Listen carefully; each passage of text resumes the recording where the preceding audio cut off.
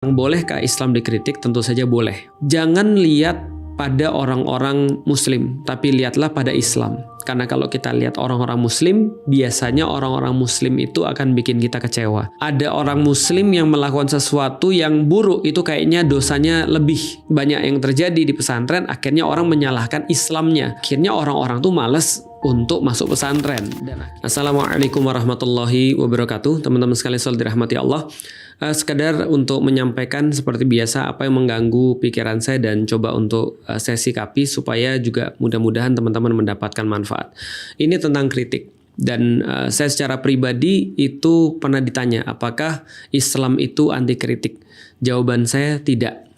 Kalau Islam saja tidak anti kritik, ya tentu aja teman-teman tahu bahwasanya pasti ya Muslim juga nggak anti kritik dong.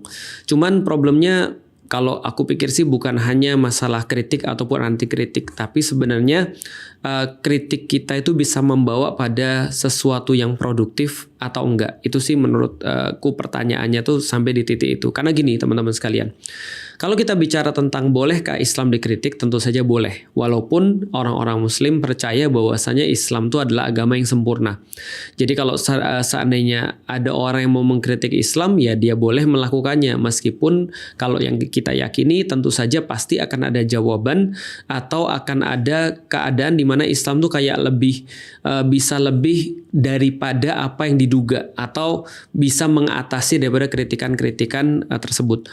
Tapi kalau Muslim jelas itu pasti bisa dikritik karena yang pertama adalah setiap Muslim meskipun dia udah melaksanakan mencoba untuk menjadi sangat Islami pun dia juga pasti akan punya kekurangan, dia pasti akan punya kealpaan. Yang kedua adalah ya apalagi kalau dia tidak menerapkan Islam atau dia nyangka dia menerapkan Islam padahal tidak. Nah ini menurut saya menurut aku secara pribadi ya ini terjadi ketika di zaman-zaman sekarang. Teman-teman ingat nggak sih kalau seandainya aku selalu bilang pada orang-orang yang misalnya mereka baru mau masuk Islam, aku bilang begini, selalu ya aku bilang, jangan lihat pada orang-orang Muslim, tapi lihatlah pada Islam. Karena kalau kita lihat orang-orang Muslim, biasanya orang-orang Muslim itu akan bikin kita kecewa. Kalau kita berislam, karena orang-orang Muslim, biasanya kita akan merasa sakit hati atau bahkan kita berpikir untuk keluar lagi daripada Islam.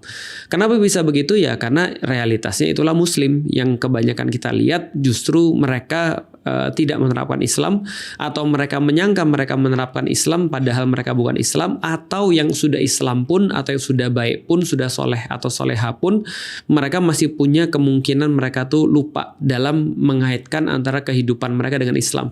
Dan disclaimer itu juga termasuk saya secara pribadi. Jadi saya juga tidak mengklaim bahwa saya menerapkan Islam secara sempurna, enggak sama sekali. Dan kalaupun saya sudah berusaha menerapkan Islam secara sempurna seperti yang saya pelajari dan saya tahu, masih ada kemungkinan besar bahwa saya itu adalah manusia yang punya lupa dan punya salah dan ya akan punya gimana ya, kalau seandainya ya nggak akan pernah sempurna lah, nggak akan pernah bisa menerapkan Islam secara sempurna itu ya. Nah jadi itu adalah tentang masalah kritik kepada Islam atau kritik kepada Muslim. Dan sekarang yang lagi rame teman-teman sekalian, yang saya lihat itu adalah ketika banyak kasus yang dilihat oleh orang-orang, ada banyak terjadi hal-hal yang nggak enak di pesantren. Ada terjadi pelecehan misalnya, dan itu subhanallah ya, kita lihat berkali-kali korbannya banyak sekali. Dan ceritanya tuh ya Allah, bikin kita benar-benar mau misuh. Mulai dari kemudian yang kemarin kasus kayak Sudirman gitu ya. Lalu kemudian kayak kasus-kasus pelecehan lagi. Entah inisialnya nggak habis-habis gitu ya. Dan by the way, kenapa sih harus diinisialin? Udah kasih tahu aja siapa namanya harusnya ya. Nggak perlu diinisialin kalau orang sudah berbuat yang kayak gitu-gitu tuh. Nah artinya pelecehan, lalu kemudian kayak tindakan ya kebanyakan pelecehan ya, bullying dan seterusnya. Itu kayak akhirnya orang melihat bahwa Islam kok gitu. Ya sama kayak gini lah. Pertama-tama aku mau ngasih tahu dulu kayak psikologinya netizen Indonesia ya, mungkin juga netizen dunia. Mereka tuh kayak kalau ngelihat orang-orang yang Islam, mereka berharap mereka tuh kayak malaikat. Dan kalau ada orang Muslim yang melakukan sesuatu yang buruk, itu kayaknya dosanya double daripada orang-orang yang biasa tapi mereka melakukan maksiat. Ya logikanya paham sih kita. Ya lu ngomong-ngomong tentang Tuhan, lu ngomong-ngomong tentang yang baik-baik, lu ngomong-ngomong tentang surga neraka. Lu sendiri kayak gitu, dasar munafik lu. Iya, memang logikanya bisa dimengerti. Hanya saja teman-teman sekalian, balik lagi kalau kita berbicara tentang kritikan, kita bicara tentang masukan, maka yang kita harapkan adalah setelah itu apa yang dilakukan atau jangan sampai kontraproduktif, tapi kita itu harus produktif ketika kita sudah selesai mengkritik atau menyarankan atau memberikan masukan. Nah, balik lagi pada tadi, banyak yang terjadi di pesantren, akhirnya orang menyalahkan Islamnya atau menyalahkan sistemnya, sistem pendidikannya, atau menyalahkan bahkan pesantrennya. Nah, yang kontraproduktif adalah akhirnya orang-orang tuh malas untuk masuk pesantren, dan akhirnya ya mereka baiknya belum tentu dapat, jeleknya belum tentu juga bisa dihindari, itu maksudnya. Nah, ini kayak sama teman-teman sekalian ketika ada kasus misalnya ya, kalau misalnya kita lihat analoginya, ada orang makan keracunan, gara-gara ada 1-2 orang kasus makan keracunan, akhirnya semuanya diputuskan untuk tidak makan. Nah, ini kan sesuatu yang salah. Artinya pertama-tama kita harus lihat dulu bahwa benar nggak sih sesuatu itu kalau kita ambil tindakan solusi itu solutif atau enggak. Misal contoh ya, kalau kita membahas perkara-perkara kayak gini sampai akhirnya membuat orang itu akhirnya tidak mau untuk pendidikan agama, atau mereka tidak mau memahami agama, terlepas daripada balik lagi ya, itu ada salah internalnya, ya itu adalah sesuatu yang nanti akhirnya ya tidak menyelesaikan masalah. Seperti kayak gini nih. Dulu juga sebelum kita masuk analogi makan ya, dulu ada orang yang mengatakan begini, hati-hati belajar Islam nanti kamu jadi radikal. Sedangkan saya secara pribadi udah tahu, kita semua tahu, yang orang-orang yang sudah belajar tentang Islam, dan ini berlaku pada semua ilmu tidak hanya Islam, bahwasanya orang yang paling radikal itu dalam segala sesuatu itu bisa terjadi justru kalau mereka nggak punya pendidikan. Sepakat nggak? Contoh ya. Kalau misalnya kita bicara tentang orang-orang yang bisa sangat sadis, itu justru karena dia tidak punya pengetahuan tentang orang yang dia perlakukan sadis itu. Kalau dia punya pengetahuan, dia kenal, dia tahu, maka dia tidak akan sesadis itu. Sama kayak misalnya orang yang sadis dalam beragama dalam tanda kutip. Kenapa dia bisa sadis dalam beragama? Ya karena dia nggak punya pengetahuan tentang agama. Dia nggak ngerti tentang agama, maka dia nggak punya compassion. Dia nggak punya rasa kasih sayang, dia nggak punya rasa kasihan dan seterusnya.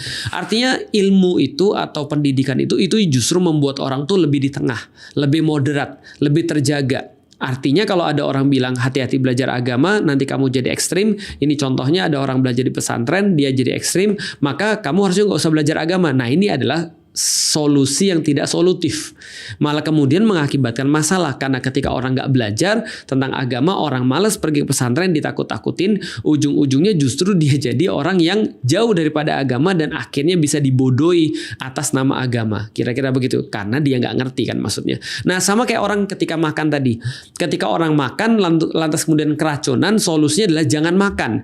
Itu berarti ya dia mati karena kelaparan gitu kan ya. Karena orang-orang yang mati itu in the first place bukan karena keracunan, tapi karena kelaparan, makanya dia makan. Kalau misalnya ada racunnya, lantas racunnya itu membuat orang jadi sakit, maka solusinya adalah mengetahui permasalahannya apa dan menghilangkan itu. Oke, kalau gitu kita bahas LGBT, pelecehan seksual, bullying sekarang lagi rame, dan katanya di pesantren juga lagi rame. Meskipun di sekolah-sekolah yang bukan pesantren juga ternyata persentasenya lebih besar. Tapi ya kita coba bahas di pesantren aja. Misal contoh gini ya, ada teori yang mengatakan begini, itulah di pesantren itu karena dipisah. Karena dipisah tempat duduknya, dipisah sekolahnya, dipisah gedungnya, bahkan mereka nggak pernah melihat laki-laki dan perempuan nggak saling melihat, maka mereka punya nafsu kayak terkekang. Maka kemudian setelah itu mereka ketika keluar dari pesantren itu kayak keluar dari penjara. Makanya mereka jadi misalnya kalau mereka nggak LGBT, mereka jadi berzina. Kalau misalnya mereka nggak sampai di situ, karena mereka nggak pernah lihat perempuan, akhirnya sukanya sama laki-laki. Pertanyaannya benar atau enggak? Kalau seandainya ini adalah sebabnya benar, maka harusnya ada penelitiannya dong, harusnya. Dan by the way ya, pendekatannya orang-orang barat dan orang-orang LGBT, mereka nggak bilang ada sebab loh untuk jadi LGBT. Mereka bilang LGBT itu adalah born this way, kan gitu kan ya. Kita bisa debat soalan itu sih, tapi ya itu aja udah dari segi barat. Kalau barat mengatakan bahwasanya pesantren di Indonesia itu mengakibatkan LGBT, lah gimana sih? Kan lu yakin bahwasanya LGBT itu bukan penyebab, tapi kan penyebabnya bukan karena karena kelakuan atau bukan karena komunitas, tapi karena gen, gitu kan ya. Apa mau diambil juga gen sama komunitas sekalian atau gen sama interaksi dengan lingkungan atau apa? Ya, tapi itu membingungkan, tapi ya udahlah ya.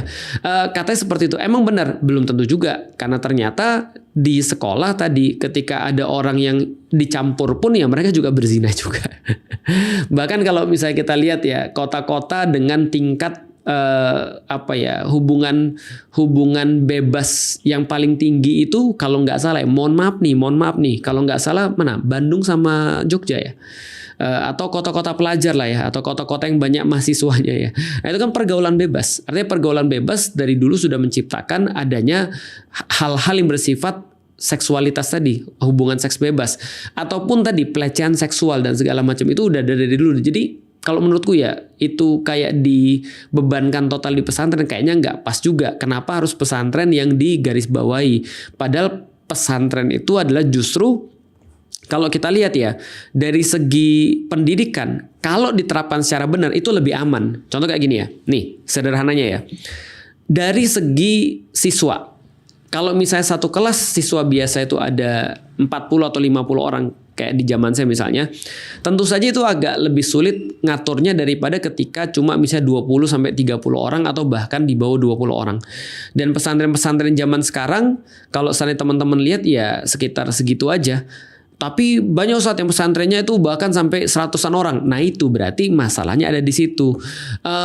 Tapi juga banyak ustadz yang 20 orang tapi masih melakukan kayak gitu guru-gurunya. Nah berarti kita lihat di situ. Jadi intinya gini, intinya sih aku cuma pengen ngasih tahu supaya kita tuh kayak lebih bijak gitu maksudnya. Jadi tidak digebiah uyah seolah-olah ini adalah PR pesantren aja. Padahal kalau kita lihat ya, kalau kita sekali lagi, kalau tadi kan kita ngeliat internalnya. Tapi kalau kita lihat eksternalnya, dari segi eksternal ternyata negara kita juga nggak terlalu serius untuk membasmi sumber-sumber yang bisa untuk kita yakini sebagai penyebab LGBT, pelecehan seksual, ataupun misalnya kayak bullying dan seterusnya. Ini ternyata nggak serius juga ditanganin. Misal ya, gimana nggak terjadi bullying ketika anak-anak kita tumbuh misalnya dengan melihat ada geng motor. Anak-anak kita tumbuh dengan melihat dengan film-film yang bullying, pro kepada bullying, atau seolah-olah menggambarkan laki-laki yang jantan tuh harus bisa mukulin orang atau harus bisa untuk kayak menindas orang, atau misalnya justru terjadi pada ospek ketika mereka kuliah, ketika misalnya di kantor-kantor misalnya, atau misalnya di pemerintahan misalnya, yang kayak gitu-gitu ya gimana nih ceritanya. Terus kalau misalnya kita berharap bahwa bullying itu bisa untuk kita atasin, pelecehan seksual, lah gimana kemudian kita bisa ngatasin itu kalau misalnya yang namanya trigger-triggernya terus-menerus untuk dimunculkan, atau LGBT gitu kan ya. Coba lihat tayangan-tayangan di Indonesia misalnya, berapa banyak kemudian cewek-cewek yang bergaya seperti cowok atau cowok-cowok yang bergaya seperti cewek, yang lebih banyak lagi yang diberikan tempat yang kemudian itu bisa mempengaruhi orang dan orang ngelihat seolah-olah sesuatu yang biasa. Berapa banyak sekolah-sekolah punya guru-guru yang ya Allah tulang lunak. Itu kalau aku yang punya sekolah ya itu pasti udah aku pecat tuh orang-orang. Kenapa? Guru-gurunya aja nggak bisa bertindak lurus gitu maksudnya. Apalagi ngajarin murid-muridnya bertindak lurus. Nah justru di pesantren ini bisa lebih untuk dimonitor sebenarnya. Jadi sebenarnya tergantung pesantrennya sih. Betul, walaupun kita udah mencoba semaksimal apapun dari segi internal, kalau eksternalnya nggak beres ya agak sulit memang. Nah itulah mestinya kalau menurutku secara pribadi ya balik lagi sih, pemerintahnya berbenah. Pemerintahnya menyediakan dulu lingkungan yang baik. Karena sebenarnya pemerintah itu adalah semacam kayak ini, kayak apa ya? Kayak penjaga gawang yang paling pertama tuh. Kalau penjaga gawang yang paling pertama itu sudah nggak peduli atau tidak memberikan penjagaan sebagaimana seharusnya, ya bayangan itu yang paling kuat loh maksudnya. Lah gimana kita bisa berharap pada penjagaan yang kedua secara peers gitu kan ya. Orang kita nggak setiap hari ngeliatin pesantren kan. Kita juga nggak setiap waktu bisa mengawasi pesantren kan. Atau misalnya kita nggak tahu setiap orang daripada pesantren itu seperti apa gitu maksudnya. Atau di sekolah kayak apa. Apalagi cuma individu. Yang individu tuh punya ketahanan yang iman itu kan kayak cuma setipis kertas ya kadang-kadang ya. Kadang-kadang bisa kalah dengan paksaan, bisa kalah dengan kondisi, bisa kalah dengan situasi dan seterusnya. Maka ya mau nggak mau kita coba untuk meluaskan pandangan. Iya, kita lihat memang betul ada problematika di orang-orang muslim dan kita berusaha untuk membuka itu, kita berusaha untuk menangani itu, kita berusaha untuk memberikan solusi yang terbaik, tapi ingat bahwasanya solusi yang harus diberikan adalah solusi yang solutif. Bukan hanya kita mengkritik saja, bukan hanya kita meng-highlight kesalahan-kesalahan saja atau kekurangan-kekurangan saja, tapi kita nggak membahas secara komprehensif bahwasanya ini bukan hanya salah pesantren saja, tapi ada juga porsi daripada pemerintahan misalnya yang lebih luas atau negara yang kemudian harusnya memberikan perlindungan sebagaimana negara-negara yang ada di barat mereka memberikan sebuah sebuah insentif, mereka memberikan sebuah dorongan terhadap promosi keburukan seperti LGBT dan segala macam. Dan ada juga negara-negara yang nggak memperbolehkan itu sama sekali. Dan akhirnya ya berkurang jauh angka-angka yang muncul dengan angka-angka yang muncul dengan masalah-masalah kayak gitu ya. Itu mungkin dijadiin sebagai bahan kita untuk diskusi aja. Dan banyak hal yang sebenarnya mau saya obrolin, tapi ya kita coba obrolin di kesempatan-kesempatan yang lain aja. Karena kemarin juga ada yang bilang ke aku bahwasanya ini Ustadz sekarang ada fenomena-fenomena seperti ada orang kayak mengkritik orang-orang yang menghafal Quran atau ya kalaupun bukan mengkritik tapi ngomong nggak enak lah gitu ya. Dianggapnya kebebasan untuk berpendapat, iya, tapi ada beberapa hal yang harus disikapi sih. Ada juga kemarin ngobrol-ngobrol tentang berkuasanya oligarki gitu kan ya, yang pasang pagar di lautan. Ya nantilah kita bahas kapan-kapan ya. Assalamualaikum warahmatullahi wabarakatuh.